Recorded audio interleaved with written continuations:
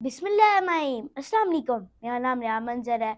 तो आज हम लोग एक और पॉडकास्ट लेकर आ चुके हैं। तो आज हमारे साथ एक बहुत स्पेशल गेस्ट हैं, मियाँ फरियाद साहब, जो कि मल्टीवुड के फाउंडर और ओनर हैं। तो चलिए हम उनसे उनकी जर्नी के बारे में पूछते हैं। अस्सलाम वालेकुम।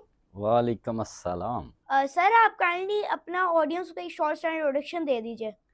बिस्मिल्लाहिर्रहमानिर्रहीम। फ़र्स्ट ऑफ़ ऑल बेटा आपका बहुत शुक्रिया, आपको एप्रिशिएट करता हूँ कि आपने इस छोटी-सी उम्र में जो है, वो बहुत ज़बरदस्त काम करना शुरू कर दिया है। जी, थैंक तो यू। मैं अपना इंट्रोडक्शन करवा देता हूँ, मियाँ फ़रियाद अहमद नाम है और मैं चेयरमैन हूँ मल्टीवुड फ़र्नीचर का। इसके साथ जो है वो अगर आईटी की दुनिया की बात करें तो डिजिटल सोल के नाम से जो है एक हमारा सोशल मीडिया का सेटअप है, जहाँ पे हम बच्चों को फ्री ऑफ कॉस्ट ट्रेनिंग देते हैं।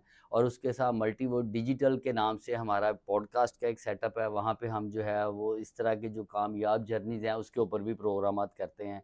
तो ये मेरा इंट्रोडक्शन है बेटा। जी माशाल्लाह। सर, तो आप काइंडली अपना एजुकेशन बैकग्राउंड बता दीजिए, आपका एजुकेशन क्या है? अच्छा बेटा, एजुकेशन जो है जिन हालात में मैंने स्टडी की थी उस वक़्त जो है ना वो काफ़ी डिफ़िकल्ट था, क्योंकि मेरे वालिद साहब जो हैं वो बहुत रिच पर्सन नहीं थे।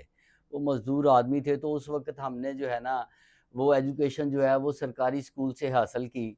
तो आई रिमेंबर कि उस वक़्त जो है वो हमारे पास जो है ना वो टाट होते थे।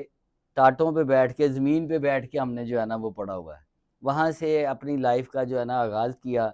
बट आई रिमेंबर कि मैं चूँकि बड़ा हार्ड वर्कर था, तो शुरू से ही मेहनत का शौक था। और मेरा ख़्याल है कि शायद 8वीं क्लास थी, जहाँ से मैंने अपनी लाइफ़ का साथ-साथ जो है ना स्टडी के साथ-साथ फिर जो है ना कोई न कोई एक्टिविटी काम करना भी शुरू कर दिया, जिससे अर्निंग का जो है ना वो मैंने सिलसिला बना लिया। तो ये मेरे स्कूल की जो है ना वो जर्नी है कि स्कूल प्लस जो है ना वो शाम को स्कूल से जब फ़ारिग होता था तो एक जो है ना वो उस्ताद के पास काम सीखना शुरू कर दिया और वहाँ से कुछ ना कुछ मुझे पॉकेट मनी भी मिलना शुरू हो गया, जिससे वो मैंने अपनी ज़िंदगी का मामला जो है ना या स्कूल की फ़ीस वग़ैरह जो है उसको अरेंज करना शुरू कर दिया।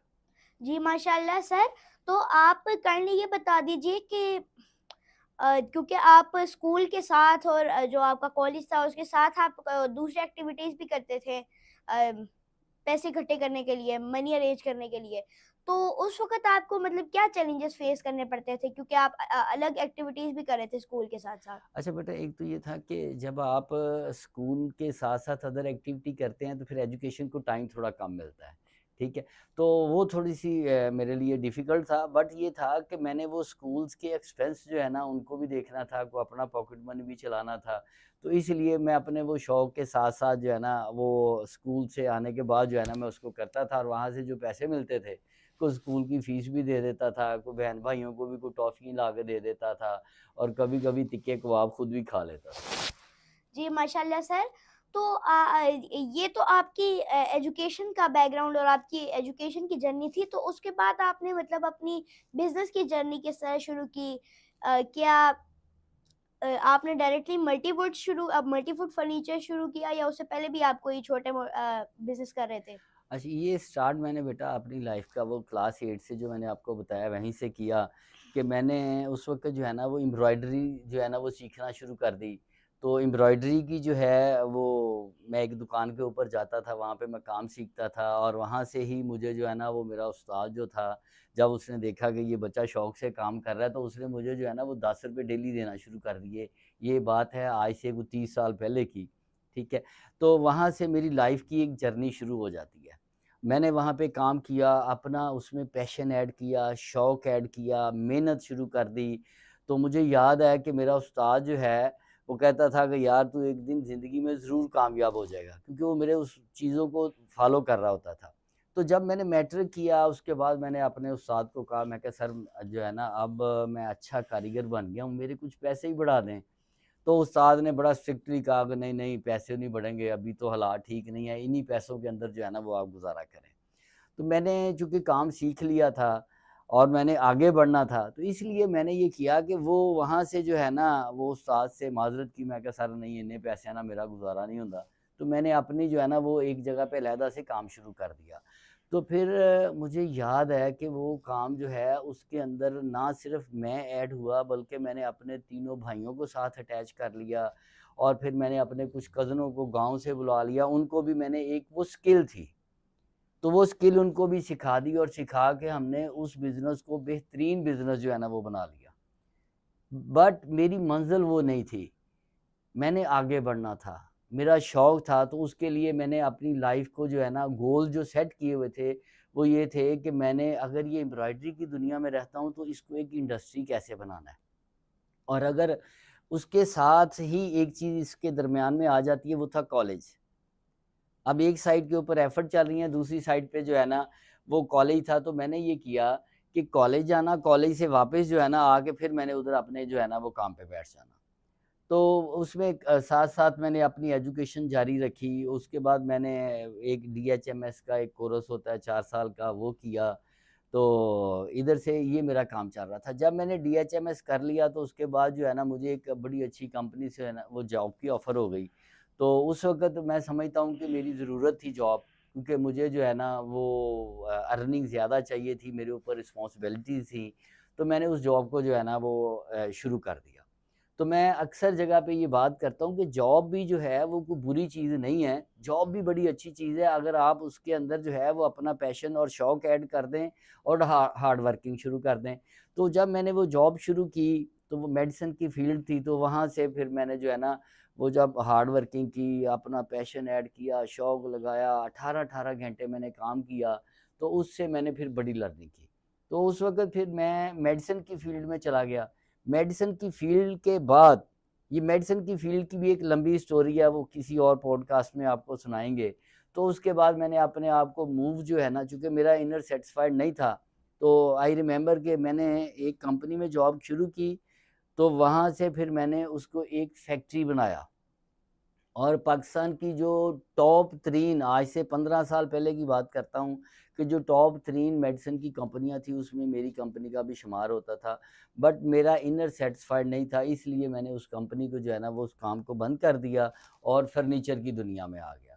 तो आज से 15 साल पहले, 18 साल पहले जो है वो मैंने मल्टीवुड फर्नीचर जो है इसकी बुनियाद रख दी थी। जी माशाल्लाह सर, तो आपने मतलब जिस तरह पहले आप एम्ब्रॉयडरी का और ये मेडिसिन की फ़ील्ड में काम कर रहे थे, तो आपको मतलब किस तरह आप में ये सोच डेवलप हुई कि मुझे इसको इस फ़ील्ड को चूज़ करना चाहिए फर्नीचर की? अच्छा, उसमें ये फ़ील्ड जो है ना बेटा, ये आप समझ लें कि एक्सीडेंटल जो है ना वो चूज़ हो गई। मैं 2008 में जब हज पे था, तो उस वक़्त मैंने जो है ना वो अल्लाह से दुआ की कि या अल्लाह मेरे लिए बेहतर रिज़्क़ के असबाब पैदा फ़रमा।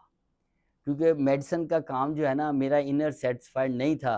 तो हज के अंदर जब आप जाते हैं हज पे, तो मैदान अरफ़ात के अंदर हर मांगी जाने वाली दुआ कबूल होती है।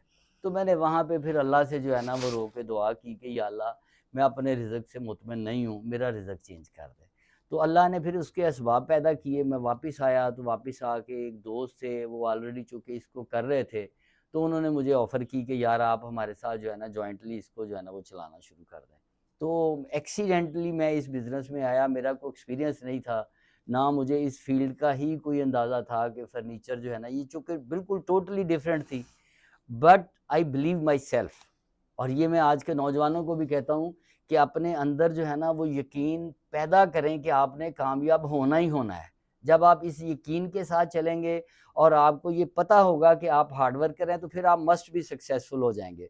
तो मैंने जो है वो फर्नीचर की दुनिया में जब कदम रखा, तो मुझे इसका कोई आइडिया नहीं था। मुझे इसकी एबीसी की इन्फॉर्मेशन का नहीं पता था। बट मुझे अगर यकीन था तो 2 चीज़ों पे, एक तो ये कि अल्लाह ने लोहे कुरानी में जो मेरा रिज़्क लिख दिया मुझे वही मिलना है, ना कम ना ज़्यादा। वो नहीं, मुझे जो लिखा गया मुझे वही मिलना है। अब मेरे ज़िम्मे क्या था, वो था एफ़र्ट, वो थी कोशिश।